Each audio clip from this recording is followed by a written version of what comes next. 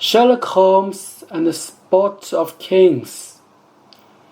Chapter 2. Monday Night at King's Island. Notes by Inspector Gregory.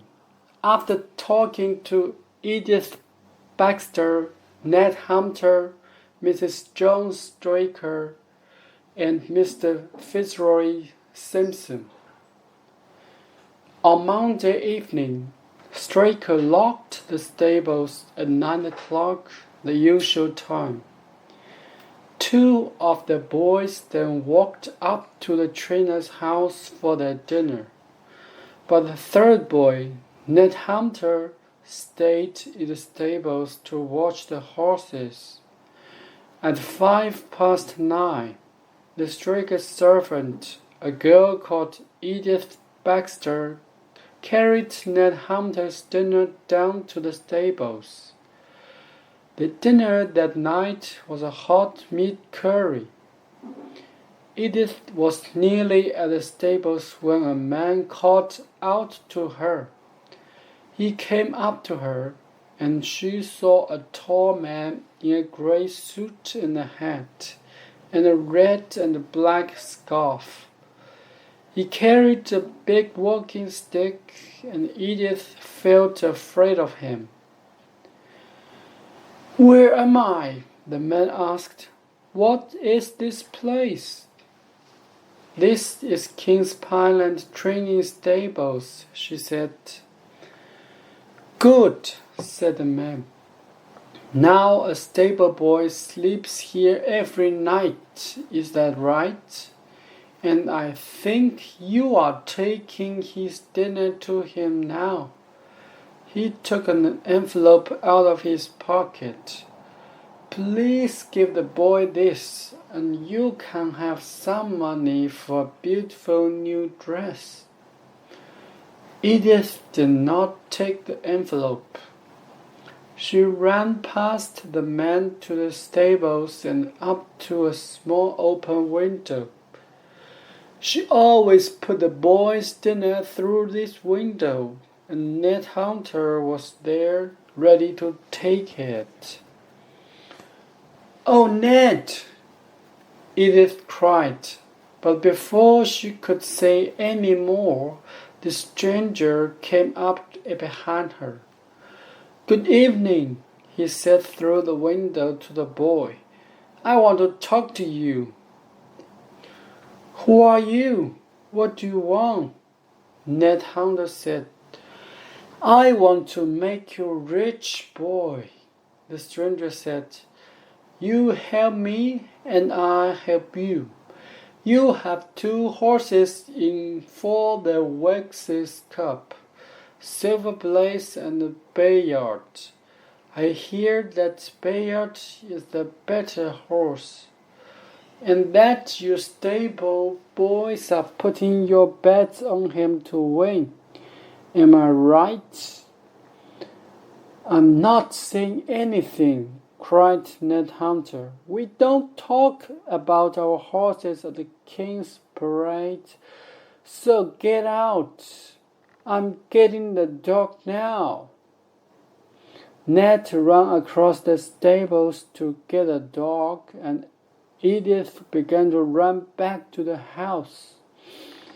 But she looked back after about 30 meters and saw the man at the little window with his head and one arm inside the room. Edith ran on, and a minute later, Ned came out of the building and locked the door behind him. He ran all round the stables with the dog, but the man was gone. Ned Hunter told the trainer and the other boys about the stranger, but no one saw him again. The next day happened at 1 o'clock in the morning when John Straker got out of the bed. "What's the matter?" said his wife. "Where are you going?" "To the stables," Straker said. "I can't stop thinking about that stranger. I just want to have a look school around. But it's raining. Wait until the rain stops, she said. No, Straker said. I want to go now. He left the house and Mrs. Straker went back to sleep. At 7 in the morning, she woke up, but her husband was not there. She quickly got up, called the servant Edith, and they ran down to the stables.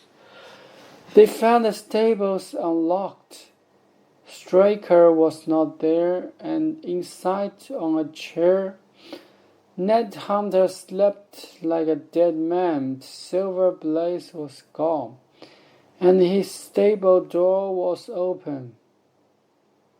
They caught the other two boys from the room over the stables. They were good sleepers and heard nothing in the night. Nobody could wake Ned Hunter, so the two women and the boy ran out to look for the trainer and the horse. 500 meters from the stables, they saw Straker's coat on a small tree down the hill. Just past the tree, they found the trainer. He was dead. There was a long cut in his leg, and his head was broken in 3 places. In his right hand, he had a small knife with blood all over it, and in his left hand, he had a red and a black scarf. Edith Baxter knew the scarf at once, and later so did Ned Hunter. It's the stranger's scarf, he told us. When I went to get the dog, the stranger was still at the stable now. He put something in my meat curry to make me sleep. I know he did. Edith saw him with his arm through the window. Ned Hunter was right about his meat curry. There was some of his dinner left, and we found a lot of opium in it. That's why Ned slept like a dead man. What about the horse? We found his tracks in the mud next to Stranger's dead body. But what happened then? Someone hit Straker on the head and killed him. Did that person take the horse away? Did the horse run away? Everybody on Dartmoor is looking for Silver Blaze, but there's no news of him. When I began work on the case on Tuesday, we looked for the stranger. He was in Tavistock, and we found him easily. His name is Fitzroy Simon. He lives mostly in London and makes his house at the races taking bets. We looked in his better luck and found a number of big bets, £5,000 against the favourite for the Wax's Cup. There were his answers to my questions. Why did you come down to Dartmoor? I'm a better man, Inspector. I need to know about the horses for the Wax's Cup. Silver Blaze, Bayard, and Desborough, and the horse at Silas Brown's stable. He's the second favorite for the race, you see. Did you go to the King's Pyland stables late on Monday evening?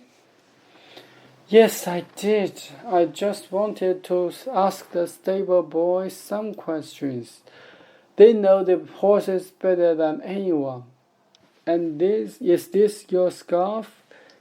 Yes, it is. And how did it get into the dead man's head, Mr. Simpson? Can you tell us that? I don't know, Inspector. I don't know. I never saw the man. I lost my scarf in the dark. It wasn't me, Inspector. It wasn't me. We asked many more questions, but Fitzroy Simpson did not change his story.